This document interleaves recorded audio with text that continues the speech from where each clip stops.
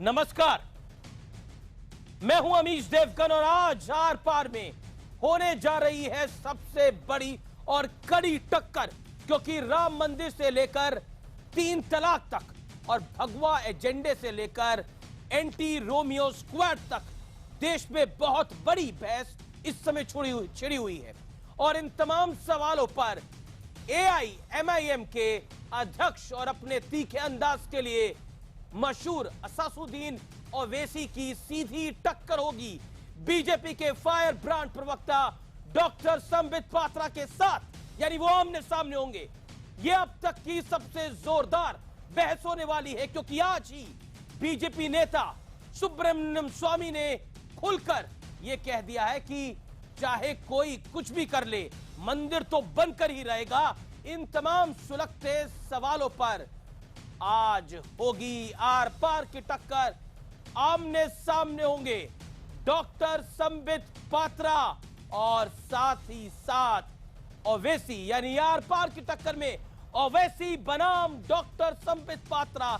आज यही होगी सबसे बड़ी और जोरदार टक्कर। लेकिन पहले आपको बताते हैं सुप्रीम कोर्ट ने क्या कहा है। सुप्रीम कोर्ट ने राम मंदिर में मध्यस्थता की पहल की है। धर्म और आस्था से जुड़ा है अयोध्या का मामला, दोनों पक्ष बातचीत से मसला सुलझाएं। राम मंदिर संवेदनशील मुद्दा है, जरूरत पड़ने पर सुप्रीम कोर्ट नियुक्त करेगा प्रमुख मध्यस्थ, यह कहा है सुप्रीम कोर्ट ने। यह हमारे सामने है और आज अब से कुछ देर में, अब से कुछ मिनटों में होगी सबसे बड़ी टक्कर, जिसमें डॉक्टर संबित पात्रा और साथ ही साथ असादुद्दीन ओवैसी आमने सामने होंगे अब से कुछ मिनटों में। और मेरे साथ मौजूद हैं 2 बड़े मेहमान। मेरे साथ मौजूद हैं डॉक्टर संबित पात्रा, बीजेपी के फायर ब्रांड प्रवक्ता नेता।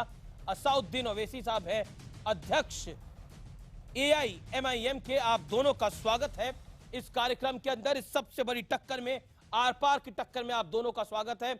ओवैसी साहब, आपको मेरी आवाज मिल रही है? ओवैसी साहब, लगता है ओवैसी साहब तक फिलहाल आवाज नहीं जा पा रही। मैं इस कार्यक्रम की शुरुआत करता हूं। संबित पात्रा, तैयार है सवालों के जवाब देने के लिए आप?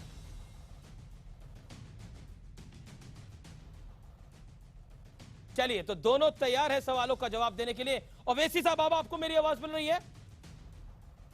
जी जी, मिल रही है सर। जी जी, ओवैसी साहब, पहला सवाल आप ही से पूछते हैं। आप हमेशा उल्टी लाइन पर चलते हैं।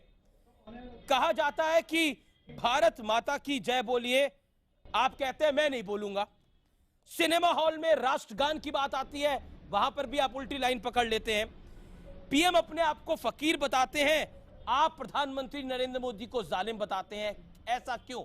आप हमेशा उल्टी तरफ क्यों होते हैं? क्योंकि मैं बीजेपी और आरएसएस के खिलाफ हूं, तो जब उनकी मुखालिफत करूंगा तो आपको उल्टी लाइन नजर आएगी। और भारत माता का जो नारा आप बोल रहे हैं, उसका कानून बना दीजिए। आप कानून बनाएंगे तो कानून को फॉलो करेंगे। अब रहा सवाल जनगण मन का, तो सुप्रीम कोर्ट का डायरेक्शन है। मैंने कहा कि बिल्कुल, जब सुप्रीम कोर्ट ने कहा है तो उसको मानना पड़ेगा। अब प्राइम मिनिस्टर को क्रिटिसाइज करूंगा तो उसमें गलती क्या है? कोई गुनाह कर रहा हूं क्या मैं?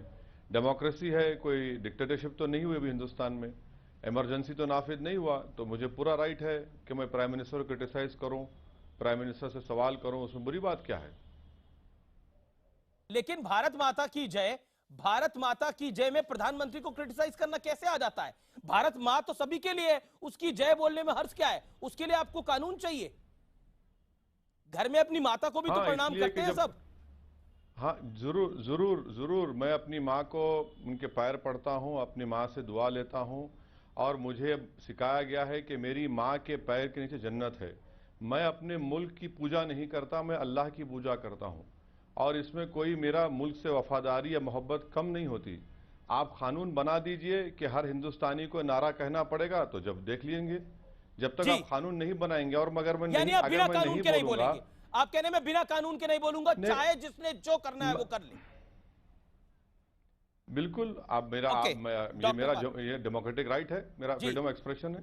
डॉक्टर पात्रा, जो करना कर लीजिए, भारत मां की जय नहीं बोला जाएगा। नहीं नहीं, देखिए कोई बात नहीं है, वो नहीं बोले। मगर पहले तो ओवैसी साहब को मैं नमस्ते करना चाहूँगा। नमस्ते ओवैसी जी, बहुत दिनों बाद हम डिबेट कर रहे हैं। और दूसरा विषय है, ये जो 325 सीट भारतीय जनता पार्टी को मिली है, इससे बहुत कुछ स्पष्ट दिख रहा है। ओवैसी साहब अभी थोड़ी देर पहले कनेक्ट नहीं हो पाए थे, मैंने देखा कि उन्होंने अपने चश्मे को साफ किया और इस चश्मे को पहना। मुझे लगता है बहुत सारे चश्मों को साफ करके पहनने की आवश्यकता है, क्योंकि कहीं ना कहीं जो हकीकत जनता देख पा रही है, बहुत बड़े बड़े नेता नहीं देख पा रहे हैं। वाकई चश्मे को साफ करने की आवश्यकता है। मैं आपको एक बात बताता हूं, चूंकि मुझे लगता है ये डिबेट एक बड़े पर्सपेक्टिव में जाना चाहिए। ओवैसी जी भारत माता की जय कहना चाहे नहीं कहना चाहे ये एक अलग विषय है, मगर मुझे बुरा लगा था जब इन्होंने कहा कि मेरे गर्दन पे चाकू भी रख दो तब भी मैं भारत माता की जय नहीं कहूंगा। ये एक अलग परिप्रेक्ष्य में उन्होंने कहा, वो नहीं कहना चाहिए था। बड़े परिप्रेक्ष्य में मैं लेके आता हूं इस डिबेट को। आप उत्तर प्रदेश के चुनाव से पहले देखिए, हम टीवी चैनल ऑन करते थे, और मैं ये सब एरोगेंस से नहीं कह रहा हूं और मुसलमानों को भाई बांधते हुए कह रहा हूं, ये हमारे गैर नहीं है, ये हमारे अपने हैं। टीवी चैनल ऑन करते थे तो सारे डिबेट में एक बात बताया जाता था कि 18 से 19% मुसलमान बंधु हमारे उत्तर प्रदेश में हैं। अब ये तय करेंगे कि सरकार कौन बनाएगा। ये अमूमन हर चैनल में ऐसे होता था। मैं हमेशा कहता था कि केवल ये 18% तय क्यों करेगी, 80% जमा 18%, 100% तय क्यों नहीं करेगी। कहीं ना कहीं एक नरेटिव देश में ऐसा बनाने की कोशिश की गई थी कि केवल और केवल माइनॉरिटी ओरिएंटेड राजनीति हो। जो 3 बड़ी पार्टी राजनीतिक फील्ड में उतरी हुई थी हमारे अलावा उत्तर प्रदेश में, चाहे वो समाजवादी पार्टी हो, चाहे वो कांग्रेस हो, चाहे बसपा हो, उनका एक ही धुरी था, minority appeasement. Bharatiya Janata party ने कहा appeasement of none, justice for all, और आज 325 सीट जस्टिस फॉर ऑल, सभी को न्याय मिले इसलिए हुआ है। और जब भी ओवैसी साहब कहते हैं कि Yakub Memon was hanged because he was a Muslim, Yakub Memon को इसलिए फांसी मिली क्योंकि वो मुस्लिम था, तब मुझे लगता है एक बहुत बड़ा खाई हिंदू और मुसलमानों के बीच इस देश में पैदा होता है। असाउद्दीन ओवैसी तो कहते हैं कि मैं भारत माता की जय भी नहीं बोलूंगा, कानून बनाइए तब बोलूंगा मैं। 20 सेकंड में अपनी राय रखिए, फिर ओवैसी टाइप का टाइम है। नहीं, मैं इस बहस को उस डायरेक्शन में नहीं लेना चाहता हूं। मैं आपको सिर्फ एक छोटी सी बात बताना चाहता हूं कि नैरेटिव हमें बड़ा रखना है। आज योगी आदित्यनाथ जब उत्तर प्रदेश के सीएम बने और वो भगवा पहन के आते हैं तो बहुत लोगों को बहुत तकलीफ होती है। मैं बहुत सविनय निवेदन के साथ ओवैसी साहब से इतना ही कहना चाहता हूं, ओवैसी साहब आप टोपी पहनते हैं, अचकन पहनते हैं, आप अच्छे दिखते हैं, वाकई अच्छे दिखते हैं, आपकी पर्सनैलिटी उभर के आती है, तो हम आपको कम्युनल नहीं कहते। जवाब ओवैसी साहब, कई लोग आपको कम्युनल नहीं कहते। जवाब मगर भगवाधारी को हम कम्युनल क्यों कहे, उसको सेक्युलर क्यों ना कहे। ये नैरेटिव चेंज होना, ये विमर्श बदलना बहुत जरूरी है। ओके, रिप्लाई ओवैसी साहब जो डॉक्टर पात्रा ने बोला, फिर मैं अगले सवाल पर आ रहा हूं। देखिए, बीजेपी के स्पोक्स पर्सन ने बहुत सी बातें की हैं, वो बेचारे मेरे कपड़ों तक आ गए, मेरी ऐनक तक आ गए। ठीक है, कोई बात नहीं, शायद उनको यही कहना था। मैं ये बताना चाह रहा हूं कि उन्होंने याकूब मेमन का जिक्र किया। भाई, अफजल गुरु की तारीफ तो महबूबा मुफ्ती ने की, मरहूम मुफ्ती साहब ने की, और वो आप उनके साथ अलायंस में हैं, आपको कोई तकलीफ नहीं होती। बेअंत सिंह के कातिलों को रिहा करने के लिए बादल साहब जाकर मिलते हैं कि उसको फांसी ना दे, आप उनके साथ अलायंस करते हैं, आपको कोई तकलीफ नहीं होती। तमिलनाडु के रेजोल्यूशन, असेंबली में रेजोल्यूशन पास होता है कि राजीव गांधी के कातिलों को फांसी ना मिले, आप जयललिता के साथ सपोर्ट लेते हैं, उनको डिप्टी स्पीकर का पोस्ट देते हैं लोकसभा में। चौथी बात यह है कि मैं मुबारकबाद फिर से देना चाहूंगा कि बीजेपी ने इस मुस्लिम वोट बैंक के मिथ को तोड़ा। मुस्लिम वोट बैंक तो कभी था ना है ना कभी रहेगा, बल्कि उसके ऑपोजिट हमेशा रहा हिंदू वोट बैंक। छठी बात यह है कि बीजेपी के स्पोक्स पर्सन ने appeasement for none, justice for all की बात की। तो मुझे ये बता दीजिए कि आप ये भी कहते हैं कि हमको मुस्लिम औरतों का वोट मिला क्योंकि ट्रिपल तलाक का उसके बात की। एक भी आपने मुस्लिम महिला को टिकट नहीं दिया। और चौथी बात यह है कि आप appeasement for none, justice for all की बात करते हैं। आपकी कैबिनेट में कितने राजपूत मिनिस्टर हैं, कितने ब्राह्मण मिनिस्टर हैं, कितने ओबीसी मिनिस्टर हैं, कितने दलित मिनिस्टर हैं, उसको सुनिए, आप खत्म कर दीजिए, उसको मीडिया ने सामने रख दिया। तो मैं ये बताना चाह रहा हूं कि appeasement for none, justice for all ये सिर्फ एक नारा है। और अगर ये बात सही है तो फिर आप ये बता दीजिए कि महाराष्ट्र में बॉम्बे हाई कोर्ट ने मुसलमानों को रिजर्वेशन देने के लिए कहा, कोर्ट का ऑर्डर आप नहीं मानते, फिर आप बोलते appeasement for none justice for all. आप जाके एग्रीमेंट कर लेते हैं हरियाणा के जाटों से, वहां पर अपीजमेंट नजर नहीं आता। आप रिजर्वेशन देते हैं पटेलों को गुजरात में, वहां अपीजमेंट नजर नहीं आता आपको। तो यही पॉलिसी है कि बीजेपी सिर्फ नारों की बातें करती है, appeasement for none justice for all. तो आप ही तो अपीजमेंट कर रहे हैं। और मैं आपको बता रहा हूं कि मुसलमानों का अगर अपीजमेंट हुआ है तो फिर क्या सच्चर कमेटी झूठी है, मिश्रा कमीशन झूठा है, कुंडू कमेटी की रिपोर्ट जो इस सरकार को दी गई थी क्या उसके फाइंडिंग झूठे हैं? अब आप ही फैसला कर लीजिए कि अपीजमेंट हुआ या नाइंसाफी हुई। नहीं, पर मुसलमान वोट बैंक तो बीजेपी नहीं करती, मुसलमान वोट बैंक तो मायावती करती हैं, अखिलेश यादव भी करते हैं, कांग्रेस पार्टी भी करती है। जवाब डॉक्टर पात्रा, 30 सेकंड में जवाब, क्विकली। देखिए, पहली बात जो ओवैसी साहब ने कहा, उन्होंने कहा मुस्लिम वोट बैंक होता नहीं है और हिंदू वोट बैंक होता है। ओवैसी साहब, अगर हिंदू वोट बैंक होता ना तो मंदिर की जमीन के लिए गिड़गिड़ा नहीं रहा होता, और अगर मुस्लिम वोट बैंक नहीं होता तो एक 70 साल की शाहबानों को सड़क पे निकाल दिया गया था। उस समय देश के दिग्गज नेता कांग्रेस पार्टी के संसद में इसलिए इकट्ठे नहीं हो गए होते क्योंकि मौलवियों को वो पसंद नहीं था। एक महिला का अधिकार वहां छिन गया क्योंकि पूरे मुसलमान वोट बैंक की चिंता उस समय के राजनेताओं का था। मुस्लिम वोट बैंक नहीं होता तो कांग्रेस की एंटनी कमेटी की रिपोर्ट नहीं होती। और जहां तक हिंदुओं की बात है, मैं बिल्कुल दिल की बात बता दूं आपको ओवैसी साहब, आप कल मंदिर के ऊपर बोल रहे थे कि इसमें जो कोर्ट ने कहा, जो मुख्य न्यायाधीश ने कहा, वो उचित नहीं है। देखिए, इसमें समझने की बात है। और मैं पर आज डॉक्टर स्वामी ने क्या कह दिया, संबित पात्रा, आज डॉक्टर स्वामी ने कह दिया कि वो तो धमकी देने पे उतर आए। उन्होंने कहा कि राज्यसभा में बहुमत होते ही कानून लेकर आएंगे, मुस्लिम समाज अभी मान ले, हम सरयू नदी के पार उन्हें मस्जिद बनाने देंगे। क्या आपको लगता नहीं है ये धमकी भरा अंदाज है डॉक्टर सुब्रमण्यम स्वामी का? मेरे पास बाइट भी है, मैं बाइट सुनवाऊंगा आपको, मैं बाइट प्ले करवाता हूं, आप बाइट सुनेगा और रिएक्शन दीजिएगा। वो बाइट प्ले करते हैं और आप बाइट पर रिएक्शन दीजिएगा। और मैं असदुद्दीन ओवैसी आपके पास भी आ रहा हूं, आप क्यों नहीं चाहते कि सुलह हो जाए इस पूरे मामले के अंदर? डॉक्टर स्वामी की बाइट। मुस्लिम समुदाय के लिए दो ही रास्ते हैं, ना उनको कुछ भी नहीं मिलेगा या उनको मस्जिद चाहिए तो सरयू नदी के उस पार बना सकते हैं। मैंने ये कहा कि आप नहीं मानोगे तो हमारे लिए तो रास्ता बहुत साफ है। तुम कोर्ट में फैसला चाहते हो, इलाहाबाद हाई कोर्ट ने दे दिया, सुप्रीम कोर्ट में पता नहीं कितने साल चलेगी। निर्णय तो अभी तक इलाहाबाद हाई कोर्ट का तो हमारे पक्ष में है, सुप्रीम कोर्ट का कोई निर्णय नहीं है। वो निर्णय आने के पहले हम कर सकते हैं।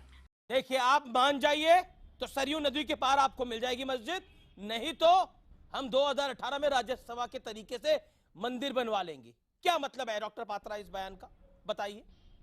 मैं समझाता हूं। सुब्रमण्यम स्वामी जी से पूछा गया कि क्या क्या तरीके हैं, कॉन्सेंसस जिसके लिए खुद स्वामी साहब ने सुप्रीम कोर्ट में खड़े होकर गुहार लगाई और जिसका नतीजा रहा कि सुप्रीम कोर्ट के मुख्य न्यायाधीश व अन्य 2 जस्टिसों ने एक ऐतिहासिक ऑब्जर्वेशन दिया कि हम भी मीडिएट करने को तैयार हैं। दूसरी बात, उनसे पूछा गया और क्या उपाय है, उस विषय में इन्होंने बताया। मैं और एक लार्जर पिक्चर में लाइए और इमोशनल नोट पे भी सुनिए। ये जो लोग कहते हैं, ओवैसी साहब जैसे लोग जो कहते हैं कि हम लोग, हमारी पार्टी और शायद हिंदू धर्म ये टॉलरेंट नहीं है, मैं आपको बहुत इज्जत के साथ कह रहा हूं साहब, हम भी नहीं रहेंगे, आप भी नहीं रहेंगे, एक दिन सब समाप्त हो जाएगा। इतिहास गवाह है, हिंदुस्तान में जहां राम जन्म हुए, हाथ जोड़ के उसके लिए इतने डिबेट्स हो रहे हैं। आप सोच के देखिए, विश्व में किस जगह ऐसा होता है? कहीं और विश्व में ऐसा हो सकता है क्या कि जहां इष्ट जन्मे हो? आप तो देखिए ओवैसी साहब, मैं आपकी कदर करता हूं, आप जिस दिन आपको मन करेगा कि मुझे आध्यात्मिक शांति चाहिए, आप तो हज पे चले जाएंगे, आप मक्का मदीना में जाके माथा टेक लेंगे, आपको शांति मिल जाएगी। मैं कहां जाऊंगा? आपने तो मुझे कहीं का नहीं छोड़ा हुआ है। एक राम मेरे, उन्होंने जहां जन्म हुआ उसकी मिट्टी के लिए, उसके मंदिर के लिए मैं दर दर भिक्षा मांगते फिर रहा हूं, और फिर भी आप लोग कहते हैं कि हम लोग बदमाश है, फिर भी आप लोग कहते हैं कि हम लोग सहिष्णु नहीं है। और सहिष्णु कैसे होता है आप बता दीजिए?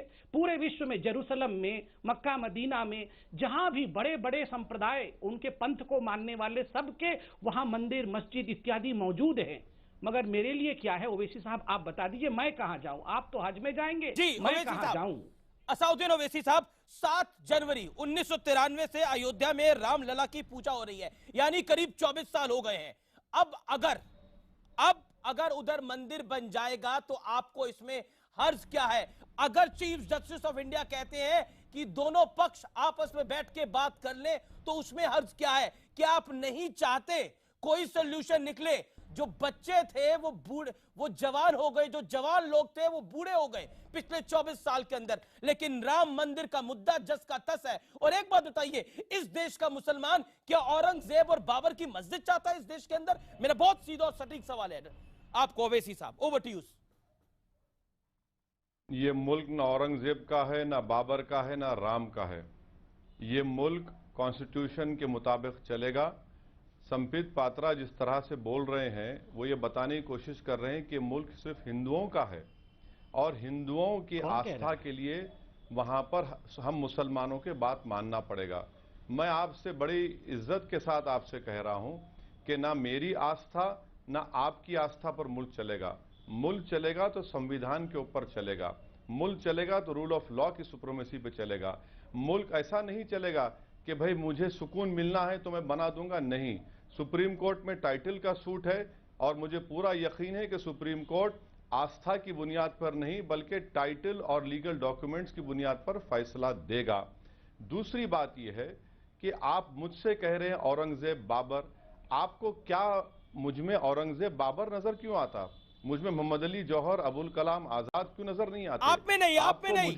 मैंने बात करी कि इस देश के मुसलमान को औरंगजेब और बाबर की मस्जिद चाहिए। मैंने ये सवाल पूछा, मैंने ये सवाल पूछा। आपने मेरे सवाल को ट्विस्ट कर अपने तरीके से। सुनिए जी ओवैसी साहब, सुनिए मस्जिद ना बाबर की होती है, ना औरंगजेब की होती है, ना ओवैसी की होती है।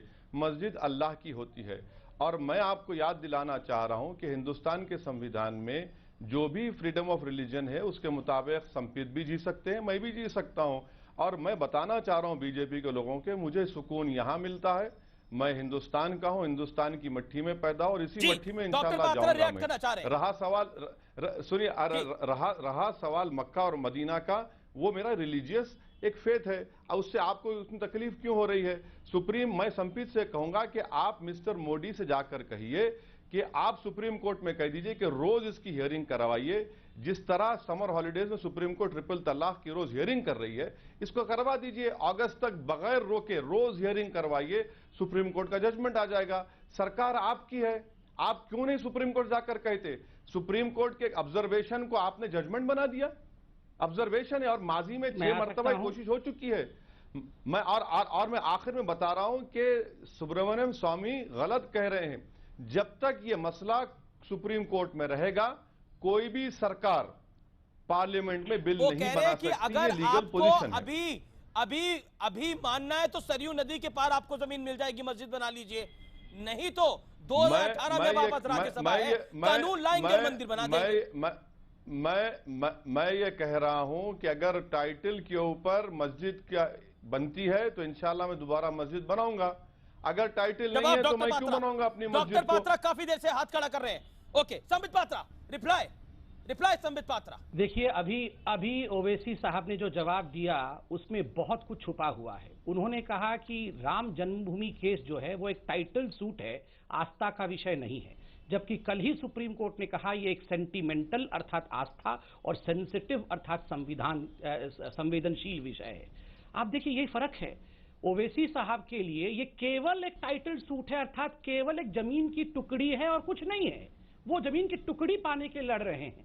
मेरे लिए, संबित पात्रा के लिए और मुझ जैसे करोड़ों हिंदुओं के लिए, जिनके लिए भगवा का बहुत अर्थ होता है, भगवा केवल एक धर्म का प्रतीक नहीं, भगवा बलिदान का प्रतीक है। मेरे लिए मेरे राम का जन्मभूमि केवल एक जमीन की टुकड़ी नहीं है, वो सिर्फ एक टाइटल सूट नहीं है, वो है तो मैं हूं।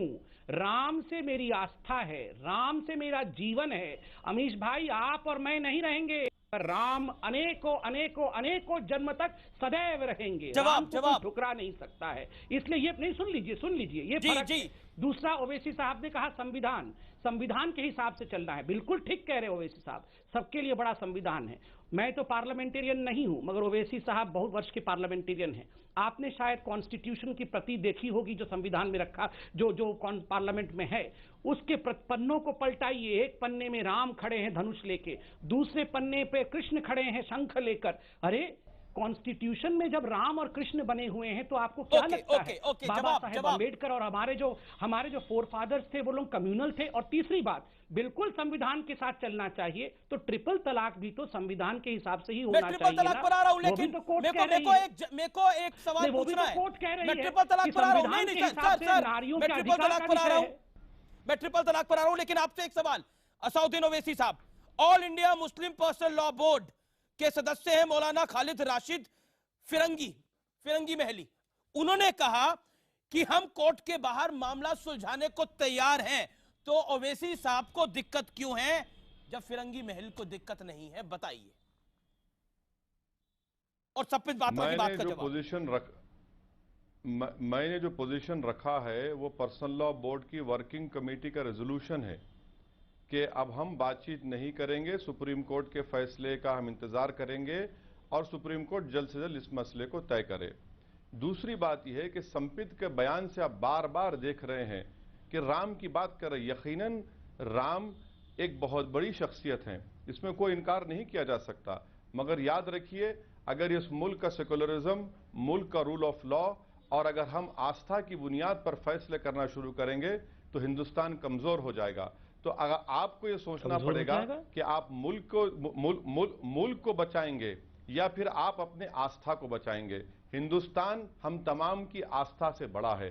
रहा सवाल संविधान का, ये बात करते हैं ट्रिपल तलाक की, और अच्छा खालिद रशीद फिरंगी महल को ये कहना चाहिए कि ये पर्सनल लॉ बोर्ड का स्टेटेड स्टैंड क्या है। मैं आपको स्टेटेड स्टैंड बता दिया हूं। अब आप आते हैं ट्रिपल तलाक के ऊपर, तो मैं आपको बताना चाह रहा हूं, बताइए क्या सवाल है आपका ट्रिपल तलाक के ऊपर। मैं ट्रिपल तलाक पर आता हूं, लेकिन उससे पहले भगवा से इतनी परेशानी क्यों दिखाई देती है, इतनी एलर्जी क्यों दिखाई देती है असउद्दीन ओवैसी को, मैं ये जानना चाहता हूं। अगर मुसलमान टोपी डाले या कोई टोपी डाले तो वो तो सेकुलर हो जाता है, लेकिन अगर हिंदू भगवा डाल रहा है तो वो कम्युनल है, ऐसा क्यों? भगवा से असउद्दीन ओवैसी को एलर्जी क्यों है? मेरा सीधा और बहुत डायरेक्ट सवाल है आपको ओवैसी साहब, ओवर टू यू। मैं आपको तारीख के थोड़ा औराख पलटाकर पीछे लिख जाना चाह रहा हूं हिस्ट्री में जी। जब आरएसएस पर बैन खत्म हो रहा था तो सरदार पटेल ने आरएसएस से कहा था, गोलवारकर को लेटर लिखकर, कि तुमको हिंदुस्तान का जो फ्लैग है उसको मानना पड़ेगा और लिख के देना पड़ेगा, क्योंकि उससे पहले तक गोलवारकर सिर्फ भगवा झंडे को मानते थे, हिंदुस्तान के नेशनल फ्लैग को नहीं मानते थे। और ये जो मैं बात कह रहा हूं सरदार पटेल के लेटर्स में बात शामिल है। गोलवालकर ने कहा था कि हम इस तिरंगे को नहीं मानते, ये तीन इसमें आगे गलत है, हम सिर्फ भगवा को मानते हैं। ये बात सावरकर ने भी लिखी थी। तो अब आप बता दीजिए कि आप भगवा को मानेंगे या फिर नेशनल फ्लैग को मानेंगे? अरे तिरंगे को तो माना जाएगा, मैं आपसे पूछ रहा हूं। मैंने तो आपसे पूछा भगवा से आपको एलर्जी क्यों है, मैंने तो आपसे पूछा क्या आपको भगवा से एलर्जी है? आज आप आर पार की इस टक्कर में खुलकर बोलिए, क्या असउद्दीन ओवैसी को भगवा से एलर्जी है, बताइए। मुझे फख्र है अपने तिरंगे पर और मेरा सीना चौड़ा हो जाता है जब मैं अपने तिरंगे को देखता हूं, और वही मेरा झंडा है, दूसरा मेरा कोई झंडा नहीं है। किसी और का झंडा हो सकता है, उनको मुबारक। अब योगी भगवा डालते हैं तो आप कहते हैं वो कम्युनल है। ओके, जवाब संबित पात्रा कुछ कहना चाह रहे हैं, संबित पात्रा कुछ कहना चाह रहे हैं, फिर मैं ट्रिपल तलाक पर आ रहा हूं और फिर योगी पर आ रहा हूं। देखिए मैं ओवैसी साहब को जवाब दूं। ओवैसी साहब ने कहा कि हाँ राम तो अच्छा है मगर हिंदुस्तान ज्यादा महत्वपूर्ण है। देखिए राम और हिंदुस्तान पर्यायवाची हैं, ये अलग नहीं हो सकते, ये सिविलाइजेशनल है, सांस्कृतिक विषय है ये, इसको धर्म के आधार से देखने की आवश्यकता नहीं है। गांधी जी ने राम राज्य की परिकल्पना की थी तो गांधी जी सेक्युलर थे, गांधी जी कम्युनल नहीं थे, इसलिए राम को और हिंदुस्तान को पृथक पृथक करके देखने की कोशिश करना अर्थात गांधी की फिलॉसफी ऑफ राम राज्य पर धक्का देने की कोशिश है। दूसरी बात, ओवैसी साहब अगर मैं सही हूं तो मैंने आपका एक यूट्यूब में वीडियो देखा था, पता नहीं वो वीडियो वेरीफाइड है या नहीं है, मगर उस वीडियो में आपने कहा था कि आपने राम का अट्टहास उड़ाया था, मजाक उड़ाया था। आपने कहा था राम की मां ने जाके कहां राम को जन्म दिया, राम जन्मभूमि के विषय में बताते हुए, और आपके सामने जो क्राउड थी उसने ताली बजाया था, आप बहुत मुस्कुरा रहे थे। इसलिए मैं जानता हूं आपके मन में राम को लेकर कितना सम्मान है। तीसरी बात मैं आपको बता दूं, अटल बिहारी वाजपेयी जी ने आज से बहुत वर्ष पहले एक भाषण दिया था और मैं उनके शब्दों को कोट कर रहा हूं, यूट्यूब में जाके सुन लीजिएगा। उन्होंने कहा था कि पूजा करने की पद्धति, उपासना करने की पद्धति बदलने से पुरखे नहीं बदल जाते हैं। और उन्होंने इंडोनेशिया और अफगानिस्तान का भी उसमें एग्जाम्पल दिया था। राम मेरे और आपके दोनों के पूर्वज हैं, पूर्वजों के साथ मजाक नहीं। हम आपस में राजनीतिक रूप से लड़ सकते हैं, मगर जो देश अपने पूर्वजों का रेस्पेक्ट नहीं करता, अपने संस्कृति को भूल जाता है। परसों ही हाईकोर्ट उत्तराखंड ने परसों गंगा को पहली लिविंग एंटिटी, पहला जीवंत धड़कने वाला एंटिटी बताया है भारतवर्ष का। तो क्या हाईकोर्ट गलत थी? आप मानते हैं हाईकोर्ट के इस विषय को या नहीं मानते? मैं आपसे पूछना चाहता हूं कि भारतवर्ष के भूमि पर पहला जीवन कोई था तो वो मेरी मां गंगा थी, गंगा। ओवैसी साहब जवाब। डॉक्टर पात्रा जब यूट्यूब की बात बीजेपी के स्पोक्सपर्सन कर रहे हैं तो उसमें यूट्यूब में एक और तकरीर भी है, शायद संपित ना भूल जाएं, कि अगर कोई एक मुसलमान को मारेगा तो हम 100 को मारेंगे, अगर कोई एक मुस्लिम लड़की को उठाएगा तो हम 100 को उठाएंगे। तो ये भी यूट्यूब पर है। यूट्यूब पर यह भी है संपित साहब कि अटल बिहारी वाजपेयी ने अंग्रेजों को माफीनामा दिया था, तो आप देशभक्ति का भाषण मुझे मत सुनाइए। तीसरी बात मैं आपसे कहना चाह रहा हूं कि भगवा, आप देखिए भगवा, बार बार आप भगवा का सवाल कर रहे हैं। अगर कोई ये कहेगा कि हिंदुस्तान का कल्चर हिंदू राष्ट्र की तरह होगा तो मैं नहीं मानता। कल्चरल नेशनल का मतलब अगर कोई ये निकालेगा, कोई कहेगा कि ये हिंदू राष्ट्र है, तो मैं इसको नहीं मानूंगा। आपका कल्चर है, आप चलिए, मगर जहां पर आप ये कहेंगे कि नहीं ये हिंदुस्तान आपका होली लैंड है, फादर लैंड है, जो सावरकर ने कहा, हिंदुस्तान मेरे लिए होली लैंड नहीं है ना फादर लैंड है। हिंदुस्तान मेरा एक वतन है, मैंने इसके लिए अपनी जानों को कुर्बान किया। सन 57 की जंग आजादी से लेकर उस वक्त कोई आरएसएस या कोई भगवा के लोग नहीं थे। मैं आपसे कह रहा हूं कि इस वतन अजीज के लिए हमने बहुत कुछ कुर्बान किया और कुर्बान करेंगे। और यहां पर जो कोशिश की जा रही है कि एक ही कल्चर का गलबा होगा, एक ही कल्चर को फॉलो करना पड़ेगा, एक ही रिलीजन को सुप्रीमेसी होगी। ये सुनिए अमित साहब, एक मिनट, एक ही कल्चर होगा। कहां हिंदुस्तान में एक ही कल्चर है? यहाँ पे हिंदू भी है, सिख भी है, ईसाई भी है और मुसलमान भी है। यहाँ पर तो सब है, यहाँ पर तो सब है। तो आप कैसे कह रहे हैं बिल्कुल इस बात को? क्या आपको लगता नहीं है इससे आप लोगों के मन में डर पैदा करने की कोशिश करते हैं, खासतौर पर उस कौम में जिस कौम से आप आते हैं? जनाब, मैं बहुत खुलकर सवाल पूछ रहा हूं आपसे। बिल्कुल, आप खुलकर पूछिए, मैं खुलकर जवाब दे रहा हूं। मैं तो बदनाम हूं अपनी बातों से, आपको फिर से कह रहा हूं। आप करने की कोशिश कर रहे हैं, ये आरोप आप पर लगाया जाता है। सुनिए, आप अपनी कौम में डर पैदा करते हैं और फिर इसका फायदा उठाते हैं, ये आप पे आरोप लगाया जाता है। आपके नहीं, ठीक है, आरोप जी, आप थोड़ी देर आप जरा सुनेंगे? आप बताइए। आप जरूर मुझ पर आरोप लगाइए, और अगर कोई मुझ पर लगाता है तो उनका डेमोक्रेटिक राइट है। मगर मैं आपसे कह रहा हूं कि आपने ही अभी कहा था भगवा के बारे में, अब जब मैं उसका जवाब दे रहा हूं तो आप उसको गलत समझ रहे हैं। आप किसी रंग पर चलिए, मगर अगर आप ये कहेंगे कि हिंदुस्तान हिंदू नेशन बन जाएगा, हिंदू फोर फादर्स का है, हिंदू कल्चर को मानना पड़ेगा, होली लैंड मानना पड़ेगा, फादर लैंड मानना पड़ेगा, तो नहीं भाई साहब। हमारे फोर फादर्स ने जो कॉन्स्टिट्यूशन बनाया उसी में उसमें लिख दिया गया था कि प्लुरलिज्म, सेकुलरिज्म और डाइवर्सिटी इस मुल्क की रूह है।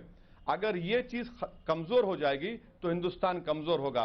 यकीनन ये देश दुनिया में मुनफरिद है। इतने तहजीब, इतने मजहब के मानने वाले कहीं पर दुनिया में नहीं मिलेंगे।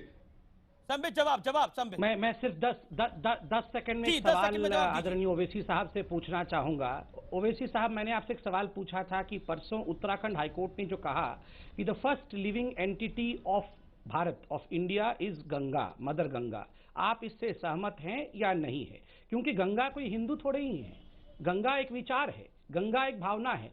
आप इस भावना से अपने को जोड़ के देखते हैं, हाईकोर्ट के इस डिसीजन को वेलकम करते हैं या आप इसे नकार देते हैं? उसी से मालूम पड़ जाएगा आप किस प्रकार की सोच रखते हैं।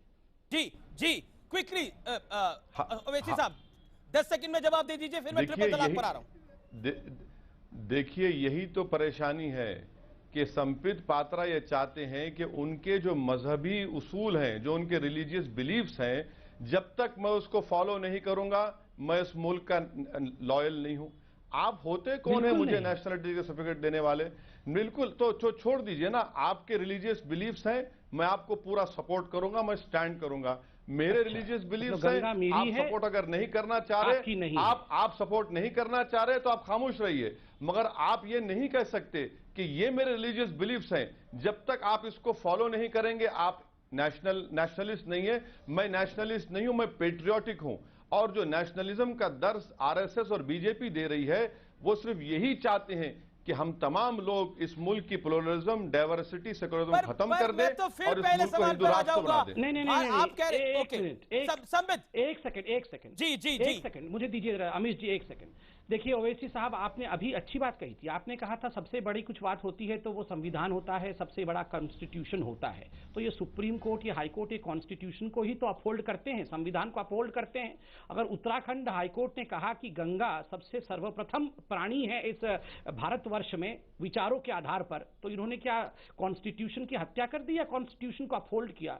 कॉन्स्टिट्यूशन को अपहोल्ड ही किया। इन्होंने कोई हिंदू धर्म के विषय में जजमेंट तो नहीं दिया, इन्होंने भारतवर्ष के कॉन्स्टिट्यूशन के आधार पर जजमेंट दिया, जिसको आप मानने को तैयार नहीं है। ये संबित पात्रा ने नहीं बोला कि गंगा सबसे पहले लिविंग एंटिटी है भारतवर्ष में, ये हाई कोर्ट ने कॉन्स्टिट्यूशन के आधार पर कहा। तो आप तो अभी कॉन्स्टिट्यूशन को ही नकार दे रहे हैं और आप मेरा नाम लगा रहे हैं, आप भगवान का नाम लगा रहे हैं। ठीक है, हमने कब कहा? ठीक है, चलिए है, आपका रिलीजियस बिलीफ जी, आपका रिलीजियस बिलीफ है, अच्छा है। आप पहले गंगा को अच्छी तरह साफ कर लीजिए।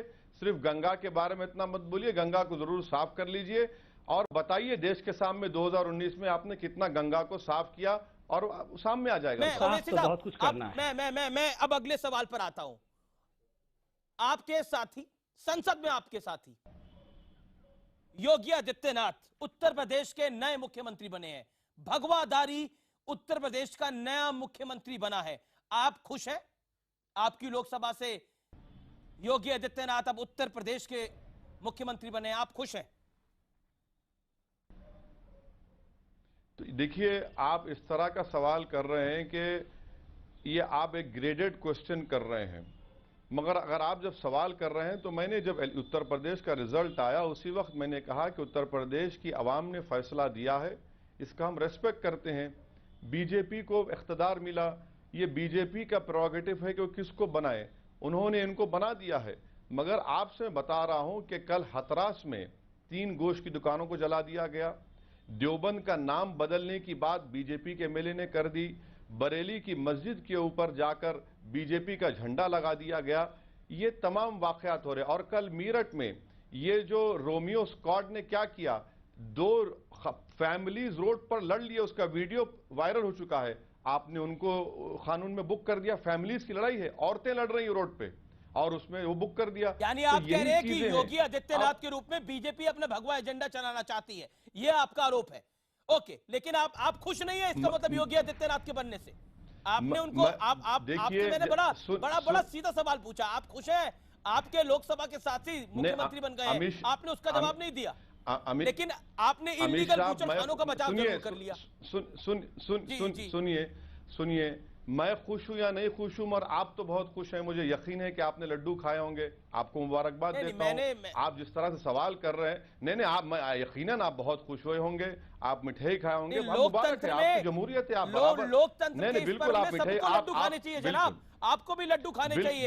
जब वोट पड़ता है तो हम सबके लिए, हम सबके लिए ऊपर होता है, वो सिर्फ मेरे लिए नहीं होता और आपके लिए नहीं होता, वो संबित पात्रा के लिए भी होता है उतना ही इंपॉर्टेंट जितना उस दर्शक के लिए होता है जो टेलीविजन स्क्रीन के उस पार देख रहा है। जनाब जी ओवैसी साहब, मैंने कहा ना, मैंने तो कहा कि उत्तर प्रदेश की आवाम ने जो फैसला दिया है हम उसकी रिस्पेक्ट करते हैं। अब खुशी ना खुशी क्या है, डेमोक्रेसी है, आवाम ने फैसला दिया है और आवाम ने उसको फैसला दिया, अब हम देखेंगे। मगर एक हफ्ते के अंदर ये जो 3-4 वाकयात हुए हैं, और आखिरी बात यह है कि अब स्लॉटर हाउस को बंद करने की बात हो रही है। इंडियन एक्सप्रेस की रिपोर्ट है कि 11,600 करोड़ का नुकसान होने जाएगा। अब आप ही बताइए कि हम सारी दुनिया में क्या मैसेज देने जा रहे हैं। हिंदुस्तान दुनिया में दूसरा एक्सपोर्ट करने वाला मुल्क है गोश्त का, बफलो मीट का, अब उसके ऊपर बंद करने की बात हो रही है। भगवाकरण पर क्या कहना चाहते हैं डॉक्टर पात्रा? देखिए, एक तो थोड़ा सा बहुत सीरियस डिस्कशन हो रहा है, थोड़ा मजाक भी कर ले। आपने अभी ओवैसी साहब को कहा कि वो लड्डू खाएंगे, आप तो खा सकते हैं अमीश भाई लड्डू, मगर ओवैसी साहब लड्डू कैसे खा सकते हैं? वो भी भगवा रंग का होता है लड्डू, इसलिए वो लड्डू तो नहीं खाएंगे खैर, और खाया भी नहीं होगा उत्तर प्रदेश के चुनाव के पश्चात। मगर जो ये सैफ्रनाइजेशन का पूरा योगी आदित्यनाथ जी के ऊपर उन्होंने एक आरोप लगाया है और एक हफ्ते का जो उन्होंने ब्यौरा दिया है, देखिए जब मोदी जी प्रधानमंत्री बने थे तो इसी प्रकार के एक नैरेटिव को बेचने की कोशिश की जा रही थी कि मोदी जी पूरे देश में इंटॉलरेंस फैला देंगे, और कुछ मैन्युफैक्चर्ड इंटॉलरेंस की कहानियां भी हमने देखी थी। और आज यही लोग जिन्होंने इस प्रकार का नैरेटिव बनाने का प्रयास किया था वो चुप है, क्योंकि बिजनेस के मामले में rank of ease of doing business उसमें भी भारत ऊपर चला गया है, इकोनॉमी में भारत आगे चला गया है। डीमोनेटाइजेशन के समय किस प्रकार से असदुद्दीन ओवैसी साहब खुद बोल रहे थे कि मुसलमान इलाके में जो एटीएम है उसमें पैसे नहीं है, उल्टा पड़ गया। आप देखिए आज 325 सीटें मिली है क्योंकि लोगों को फायदा हुआ है। तो स्वाभाविक रूप से इस प्रकार का नैरेटिव बोल के एक डिविजिव एजेंडा चलाने का काम बहुत लोग करते हैं, मगर उसका लाभ किसको हो रहा है और उसका नुकसान किसको हो रहा है यह भी दुनिया देख रही है। मगर मैं सिर्फ इतना कहना चाहता हूं कि देखिए, केवल एक व्यक्ति अगर भगवा पहनता है आप उसको एक चश्मे से देखें, ये उचित नहीं है। जी मैं डॉक्टर बात्रा असदुद्दीन ओवैसी आपके पास वापस आ रहा हूं। ओवैसी साहब, मैं ब्रेक के बाद आपका जवाब लूंगा और रैपिड फायर राउंड भी करूंगा। आप देख रहे हैं सबसे बड़ी, सबसे निर्णायक और सबसे जोरदार आर पार की टक्कर इस समय लाइव।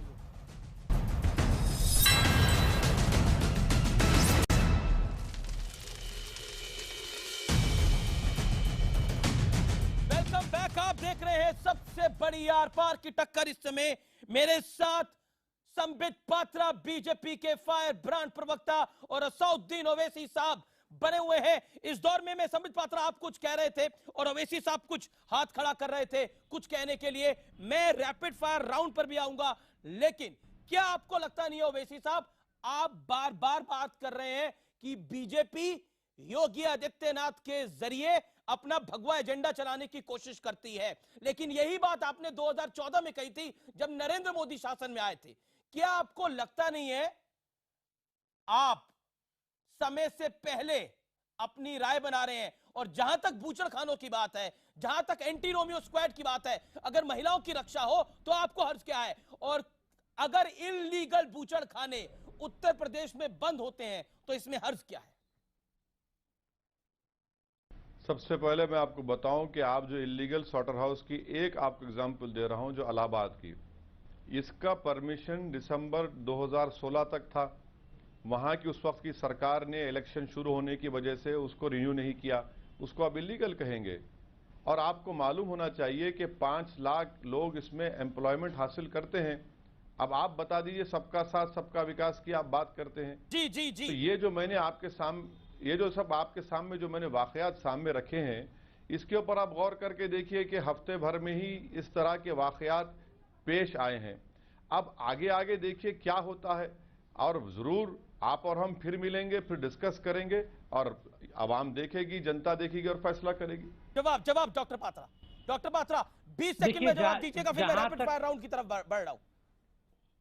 जहां तक बूचड़ खाने का सवाल है, हमने तो बिल्कुल अपने लोक कल्याण पत्र में, संकल्प पत्र जो घोषणा पत्र होता है उसमें डिक्लेयर किया हुआ था। और ये जो 325 सीट मिली है जनता ने सोच समझ के दिया है। तो एक ओवैसी साहब या 4-5 लेफ्ट के नेता कुछ कह दे तो उससे सच्चाई नहीं बदल जाती है। सैकड़ों करोड़ों जनता से पूछ के ये संकल्प पत्र में डाला गया था और उनको ये पसंद आया, इसलिए उन्होंने वोट दिया। क्योंकि उन्होंने हमें वोट दिया और हम सीएम बने हैं तो हम वही करेंगे जो जनता चाहती है, क्योंकि आस्था के साथ खिलवाड़ जनता बिल्कुल नहीं चाहती है और हम होने भी नहीं देंगे। आप पे आरोप लगा रहे हो ओवैसी साहब कि आप भगवा एजेंडा चला रहे हैं। 10 सेकंड में जवाब पात्रा साहब, आप भगवा एजेंडा चला रहे हैं। तो ठीक है, बिल्कुल हम भगवा एजेंडा चला रहे हैं। भगवा का अर्थ है बलिदान। योगी भी बलिदानी है, मोदी भी बलिदानी है, अमित शाह भी बलिदानी है। आप देखिए, पहले भोग की सरकार चलती थी, सब भोगी लोग बैठे थे, अब योगी आ गया तो इनको परेशानी हो गई। जी, योगी आ गया तो परेशानी हो गई। अब रैपिड फायर राउंड की शुरुआत करते हो ओवैसी साहब। बहुत सीधा सवाल, बाबरी मस्जिद आपके लिए आस्था का सवाल है या सिर्फ नाक का, बताइए। और ये रैपिड फायर राउंड है, 5 सेकंड में जवाब दीजिएगा। बाबरी मस्जिद इंसाफ का सवाल है। बाबरी मस्जिद हिंदुस्तान के सेकुलरिज्म की मजबूती का सवाल है। बाबरी मस्जिद हिंदुस्तान के रूल ऑफ लॉ पे चलेगा या आस्था की बुनियाद चलेगा, ये मेरा मानना है। संबित पात्रा, राम मंदिर सहमति से या जोर जबरदस्ती से? राम हमेशा ही सहमति के प्रतिमूर्ति थे। राम खुद मर्यादा पुरुषोत्तम हैं और मर्यादा पुरुषोत्तम हमेशा प्रेम का प्रतीक होता है। मंदिर वही है जहां राम का जन्म हुआ, मगर सहमति से, प्यार से। ओवैसी साहब, मुसलमानों के लिए विकास जरूरी है या बाबरी मस्जिद जरूरी? मुसलमानों के लिए इंसाफ जरूरी है। इंसाफ होगा तो विकास भी होगा, मस्जिद की भी हिफाजत होगी। इंसाफ नहीं होगा तो दोनों भी नहीं होंगे। संबित पात्रा, आपके लिए 2019 तक राम मंदिर, हाँ या नहीं? 2019 तक राम मंदिर। देखिए, मैंने आपको इससे पहले भी कहा था, राम थे, हैं और सदैव रहेंगे। और भारतीय जनता पार्टी राम के नाम पर कभी राजनीति नहीं करती है। अगर आप कहेंगे राजनीति करती है, तो मैं उसका उत्तर यही दूंगा कि भारतीय जनता पार्टी हिंदुस्तान की एकमात्र ऐसी राजनीतिक पार्टी है जो मेजॉरिटेरियन आस्था, अगर करोड़ों खरबों लोग यहां पर राम की आस्था रखते हैं, तो कोई तो उस आस्था के प्रति भी खड़ा होगा, या सब लोग केवल उसके विरुद्ध ही खड़े होंगे? हम उसके पक्ष में खड़े हैं जिसके पक्ष में करोड़ों जनता खड़ी है। ओवैसी साहब, मनमोहन सिंह और नरेंद्र मोदी में से ज्यादा बेहतर प्रधानमंत्री कौन है? मेरा मानना यह है कि हिंदुस्तान की आज़ादी के बाद अगर किसी ने माइनॉरिटीज़ के लिए कुछ आगाज़ किया, पूरा तो नहीं किया, तो मैं समझता हूं कि सच्चर कमेटी हो या मिश्रा कमीशन हो, मिनिस्ट्री ऑफ माइनॉरिटी वेलफेयर को बनाया, मगर यूपीए 1 में मनमोहन सिंह ने बहुत अच्छा काम किया, यूपीए 2 में वो काम नहीं कर सके। तो मैं समझता हूं मनमोहन सिंह को क्रेडिट मिलना जरूरी है। यूपीए 1 बेहतर कौन? यानी आपकी राय में डॉक्टर मनमोहन सिंह बेहतर है। ट्रिपल तलाक आपको लगता है बैन हो जाना चाहिए इस मुल्क के अंदर? क्विकली ओवैसी साहब। मसला सुप्रीम कोर्ट में है और मुझे कहना यह है कि आर्टिकल 29 के तहत, मैं आर्टिकल 29 की तरफ हूं, जो फंडामेंटल राइट है, जो मुझे अपने कल्चर के प्रोटेक्शन की गारंटी देता है। जी, आप दोनों का बहुत बहुत शुक्रिया हमारे साथ जुड़ने के लिए, अपनी बेबाक राय रखने के लिए, अपना व्यू पॉइंट शेयर करने के लिए। तो ये थे डॉक्टर संबित पात्रा और असदुद्दीन ओवैसी साहब, सीधी टक्कर में, आर पार की टक्कर में। मेरे साथ फिलहाल इतना ही, लेकिन आप देखते रहिए न्यूज़ 18 इंडिया। नमस्कार।